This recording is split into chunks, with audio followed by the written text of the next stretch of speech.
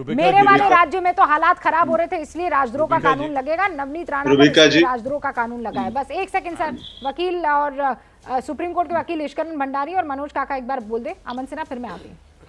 इश्करण भंडारी। रुबिका जी, क्योंकि बार बार पत्रकारों की बात हो रही है तो थोड़ा हमें इतिहास में जाना चाहिए।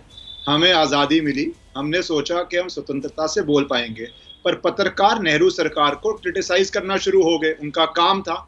तो पहला जो अमेंडमेंट हमारे कॉन्स्टिट्यूशन में आया आजाद हिंदुस्तान में, वो अमेंडमेंट ये था कि आपकी फ्रीडम ऑफ स्पीच को कैसे रिस्ट्रिक्ट किया जाए, उसके ऊपर किस तरह रिस्ट्रिक्शंस डाली जाएं, क्योंकि पत्रकार जो लिख रहे थे उसको सुप्रीम कोर्ट ने कहा कि उसके ऊपर सरकार कार्रवाई नहीं कर सकती।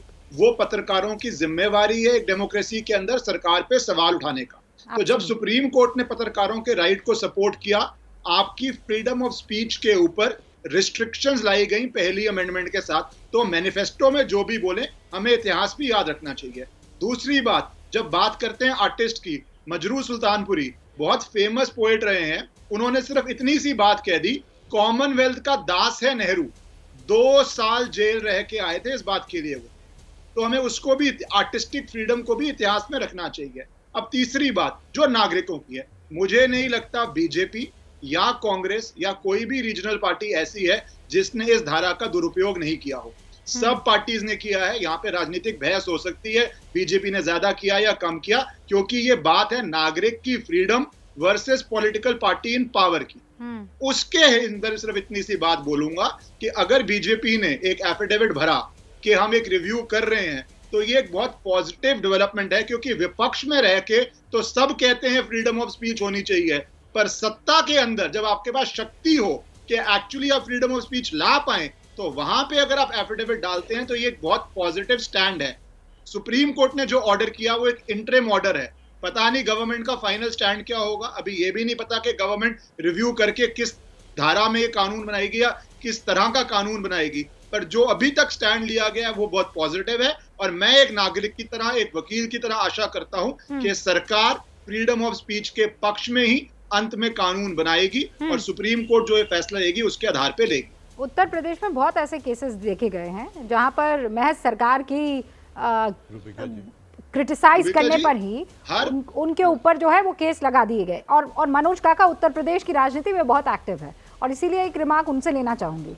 मनोज काका, जो इश्करण भंडारी, अमन सिन्हा कह रहे हैं कि देखिए भाई ये वेलकमिंग है, सरकार ने खुद ये सुप्रीम कोर्ट को कहा है कि हम चाहते हैं कि इसको दोबारा से रिव्यू कर दिया जाए इस कानून को।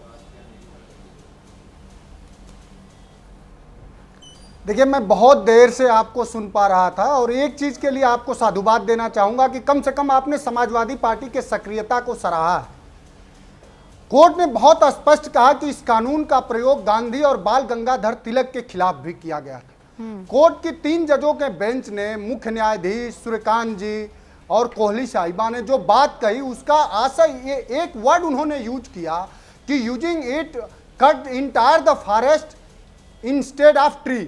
इसका प्रयोग करना पूरे जंगल को ही काटना है बजाय एक पेड़ के। तो आपसे और आपके माध्यम से समाजवादी पार्टी ये जानना चाहती है कि भारतीय जनता पार्टी के अमन जी को मैं सुन रहा था, जब सुप्रीम कोर्ट, जब देश का उच्चतम न्यायालय जो लोकतंत्र का कहीं ना कहीं, जब लोकतंत्र में जब चुने हुए लोग तानाशाही की तरफ बढ़ते हैं तो उसके संरक्षण का काम और आम आदमी के भरोसे को जीवंत रखने का काम माननीय सुप्रीम कोर्ट करता है। और मुझे और पूरे देश के लोगों को खुशी है कि कम से कम ऐसा हुआ। ये छद्म राष्ट्रवाद के लोग, जब आपसे एक साथी ने सवाल किया कि कौन लोग हैं जो वैमनस्यता फैला रहे हैं, जब आपके विचारधारा के लोग चाहे जितना गलत करें, आपसे चाहे जो कहवा लें, दंगा कराएं, फसाद कराएं, जो लोगों के जीवन के जरूरी सवाल नहीं है उसको उठाएं, मंदिर मस्जिद रोज करें। अब इस देश में बेरोजगारी कोई सवाल नहीं है, इस देश में महंगाई कहाँ है। जो प्रधानमंत्री जी ये भाषण देते थे कि जब रुपया की साख गिरती है तो देश की साख गिरती है, आज तो रुपया 77 रुपया 33 पैसे पर है। अब मोदी जी से देश जानना चाह रहा है कि अब किसकी साख गिरती है। और आलोक जैसे सतही लोग ये नहीं जानते हैं। बिहार में एक कहावत ये भी है, मैं पूरा खत्म कर रहा हूं, कि सुपवा तो सुपवा चलनियों बोला जेमन 72 छेद। जिनकी मैं भाषा सुनता हूं, ये बेचारे जेडीयू से भारतीय जनता पार्टी की विचारधारा में जाने को बहुत ललायित है। अब पता नहीं बेचारे को कब ले लिया जाएगा। इनको ना अपने पार्टी का स्टैंड तक नहीं पता है। एक तरफ इनकी पार्टी क्या कहती है, ये बयान क्या दे रहे हैं। सवाल यह है कि जब देश के माननीय उच्चतम न्यायालय ने आज जो बयान दिया है और आज जो एडिटर्स गिल्ड के उस पर दिया है, वो कोई भारतीय जनता पार्टी का तो रिट था नहीं, वो आपके ही संस्थान पत्रकारों के एक संगठन का था। उसका पूरा देश, चूंकि जो आर्टिकल 19 है फ्रीडम ऑफ एक्सप्रेशन का, अभिव्यक्ति की आजादी का, thank you goes to supreme उसका